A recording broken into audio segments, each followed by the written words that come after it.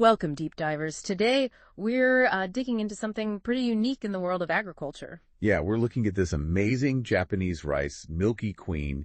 It won a major award. Right, and here's the kicker. It's grown totally without pesticides or chemical fertilizers. Which is already quite something. Yeah. But the story behind the farmer, Hiroto Shimizu, Mm-hmm. well, that's where it gets really interesting. Exactly. He wasn't your typical farmer. Came from a totally different background. Liberal arts, then cosmetics. Mm-hmm. So our mission today is to explore his, let's say, unconventional farming philosophy. Yeah. He's in Komoro City, Nagano. And this rice got a special excellent award at a big international competition. The Rice Taste Analysis and Appraisal Contest International Tournament, to be precise. And his whole method seems to hinge on this one special material, Hinai Green. We're going to unpack the science and maybe some of the more surprising beliefs behind his success. Sounds great.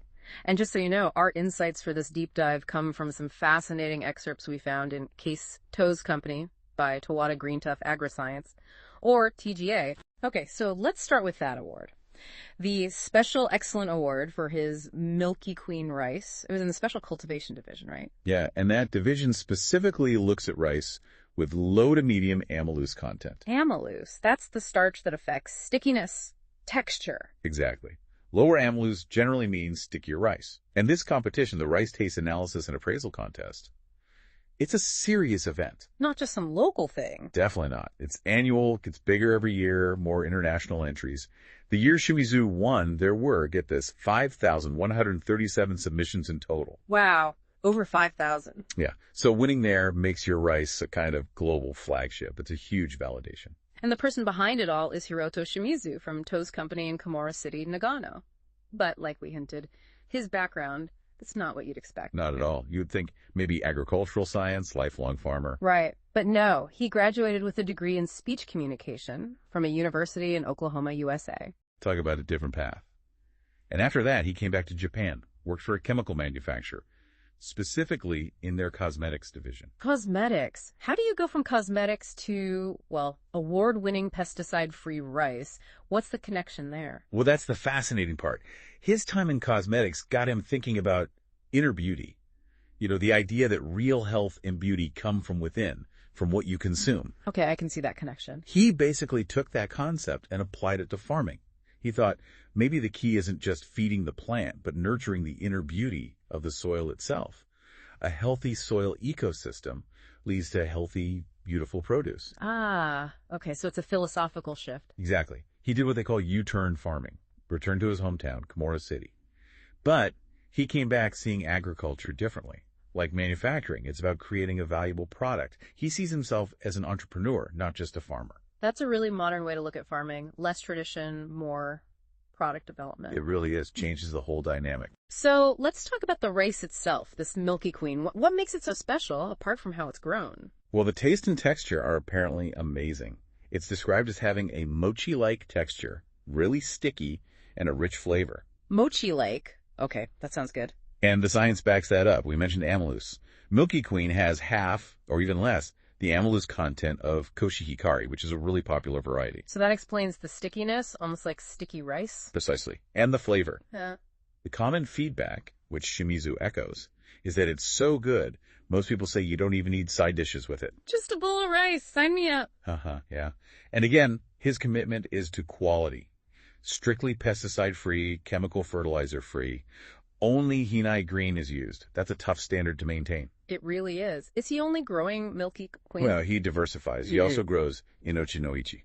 It's apparently trickier to cultivate, but it's a high-value rice. Oh, yeah. Where does that end up? Interestingly, it's used for risotto in some top French restaurants in Karuizawa, a nearby resort town.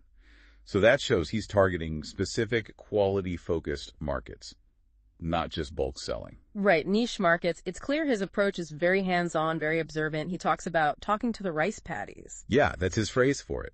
It means he's constantly watching, adapting to the weather, the climate, the specific state of his fields each day. It's very intuitive. And he sees real results from this, right? In the soil itself. Oh, absolutely. He talks about tangible improvements, more minerals, way more microbial life, lots of earthworms and moles showing up. Even with weeds present. Usually, farmers hate weeds. Right, but he sees it as a sign of healthy living soil. The whole ecosystem is thriving. It's not sterile. Okay, so let's get to the heart of it. This Hinai Green, what is it and how does it achieve all this? You mentioned two main benefits. Yeah, two key things. First is microbial activation. Hinai Green is incredibly porous, like a sponge on a microscopic level. So it provides this perfect habitat, like little condos, for microorganisms. They move in, set up shop, and the overall microbial activity in the soil just explodes. Ah, so it's like a booster for the soil's natural biology. Exactly. Shimizu really emphasizes this. He says effective farming isn't just about the NPK, nitrogen, phosphorus, potassium. The usual fertilizer components. Right. He insists the biological aspects are critical. And he has numbers to back it up, data showing microbial counts increasing significantly after applying Hinai Green. So it's not just theory, he's measured the effect. He has. And it's not just rice. He uses it for direct sowing spinach and zucchini too. They grow strong right from the seed because the soil is so healthy, no need for raising seedlings separately. That must save a lot of work. Definitely. And another cool application, his region produces a lot of mushrooms. He actually mixes Hinai Green with the used mushroom substrate and chicken manure to create a really effective organic fertilizer. Talk about closing the loop. Very resourceful. Okay, so that's microbial activation. What's the second major benefit of Hinai Green? The second part involves iron, specifically divalent iron, or F2 plus Me. Iron, how does that help? Well, Hinai Green helps lower the soil's oxidation reduction potential. When the soil becomes more reducing, especially when the paddy is flooded, it releases this divalent iron, F2 plus Me. Okay, so there's more available iron. What does Shimizu think this does? This is his hypothesis. He believes this released F2 plus actually eliminates the pathogenic fungi that cause common rice diseases, like the really damaging blast disease. Without needing fungicide. That's the idea. He reports seeing no blast disease in his fields, even if there's some insect damage from outside. He thinks the iron is acting like a natural fungicide. How would that work, mechanism-wise? Well, when the paddy is flooded, the soil quickly shifts to a reducing state, maybe around negative 200 millivolts. This causes the solid iron compounds to break down, releasing F2 plus Me. He theorizes that as soil microbes ingest this iron, it somehow becomes toxic, specifically to harmful bacteria and fungi, preventing disease outbreaks. That's quite a specific chemical process he's suggesting there. It is. It's his working theory based on his observations and the properties of Hinai Green. So, thinking bigger picture, how does this approach, using something like Hinai Green, fit into global farming trends? Is he alone out there, or is this part of something larger? Oh, it definitely fits into a larger trend. His method lines up really well with the concept of biostimulants. Biostimulants, I've heard that term. What does it mean exactly? Basically, biostimulants are substances or microorganisms applied to plants or soils to enhance nutrition efficiency, tolerance to stress, and crop quality. It's a big deal globally. It's estimated to be like a trillion yen market. A trillion yen. Wow. Okay, so it's established. Very much so. And the core idea is a shift in thinking. It's not just plants passively sucking up nutrients from fertilizer. Right. It's about plants actively engaging with the soil's biology. Roots form symbiotic relationships, exchanging nutrients with microbes, fungi, all the life down there. They cooperate for mutual benefit. So it's more like a partnership under the ground. Exactly. And Hinai Green, by boosting that microbial life, directly facilitates this partnership. It fosters that vital exchange, leading to healthier plants, which is just what Shimizu is seeing. It makes sense, but I imagine switching from, say, conventional chemical farming to relying on biostimulants, that must be a big adjustment for farmers. Oh, absolutely. It requires a different mindset. You have to start thinking about the soil as a living ecosystem, not just an inert medium to hold plants up. It's managing biology, not just chemistry. Precisely. It's more complex, requires more observation, and it's often a longer-term investment in soil health, rather than just looking for a quick NPK fix. Now, alongside the microbes and the iron, Shimizu has this other layer to his philosophy, right? Yeah. Something about photons. Ah, yes. This is where things get, well, a bit more philosophical, maybe even spiritual, depending on how you look at it. Okay, I'm intrigued. He talks about photons, the basic particles of light.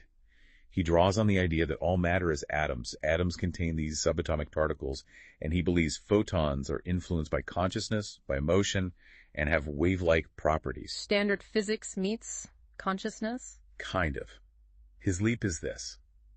He believes that if you can fill a space, like his rice paddy soil, with photons that are all vibrating at the same positive frequency, it creates a powerful resonance. Like a positive energy field? Essentially, yes. He posits that Hinai Green helps create a happy microbial environment, and that environment generates this field of positive photon resonance in the soil. And planting seeds in this happy resonant soil. Naturally leads to healthier, more vibrant plants. That's his belief. Okay. He does acknowledge this isn't exactly proven science. Right? Oh, absolutely. It's not scientifically clear, but he strongly feels it's a unique capability of Hinai Green, something chemical fertilizers could never replicate. How should we, interpret that? For someone maybe more focused on the hard data. That's fair. Yeah. I think you can see it as a powerful metaphor for him. It encapsulates his holistic view that creating a positive, thriving environment, right down to the microbial level, has profound effects. It's about harmony. Yep. And let's be honest, it's also fantastic branding. True. Photon-charged rice definitely stands out. It does. It speaks to a certain kind of consumer looking for something beyond just organic. So what's next for Shimizu and To's company? He's got this award, this unique method. Right. What are his plans? He's got big ambitions. He wants to significantly expand his cultivation area. Clearly, he believes in the scalability of his approach. More Milky Queen for everyone? Hopefully. And he's developing some really innovative business ideas, too. Remember his cosmetics background? Yeah, the inner beauty idea. He's actually working on a partnership with a cosmetics company to sell inner beauty rice, directly connecting his farming back to that original inspiration. That's brilliant. It brings this whole story full circle. Doesn't it? He's also planning to connect more directly with consumers. There's a new shopping mall being built in Nagano Prefecture, and he intends to operate a vegetable sales section there. Farm to table, right in the mall. Exactly. Letting people choose produce based on taste and quality, right from the source. And he's looking internationally, too. Makes sense with the award. Yep. Leveraging that recognition, he's actively pursuing sales overseas, targeting places in Asia first, and even looking at markets like Dubai. Wow. Taking Nagano rice global. And underlying all these plans is just his deep personal conviction that his Milky Queen rice is incredibly delicious. He sells it proudly right from his website. You can feel his passion for it. Absolutely. So what a journey we've taken today from this unexpected farmer with a cosmetics background. Right, Hiroto Shimizu. To understanding his really unique method using Hinai Green. We looked at the science bit, the microbial boost, the role of divalent iron. And how that connects to broader trends like biostimulants, this idea of soil as a living system. And then we touched on that more, let's say, philosophical angle with the photons and positive resonance. Yeah, it's quite a blend. It really makes you think, doesn't it? How sometimes real innovation happens when you blend fields that seem totally unrelated, like cosmetics and farming here. Definitely. And when you dare to explore ideas that maybe push the boundaries of conventional science. So maybe a final thought for you listening. What could you discover if you started observing your own environment more deeply? If you tried, metaphorically, talking to your surroundings, whether it's your garden, your work project, or something else. Yeah, being open to both what's measurable and what's maybe more intuitively felt, there could be some surprising connections waiting to be found.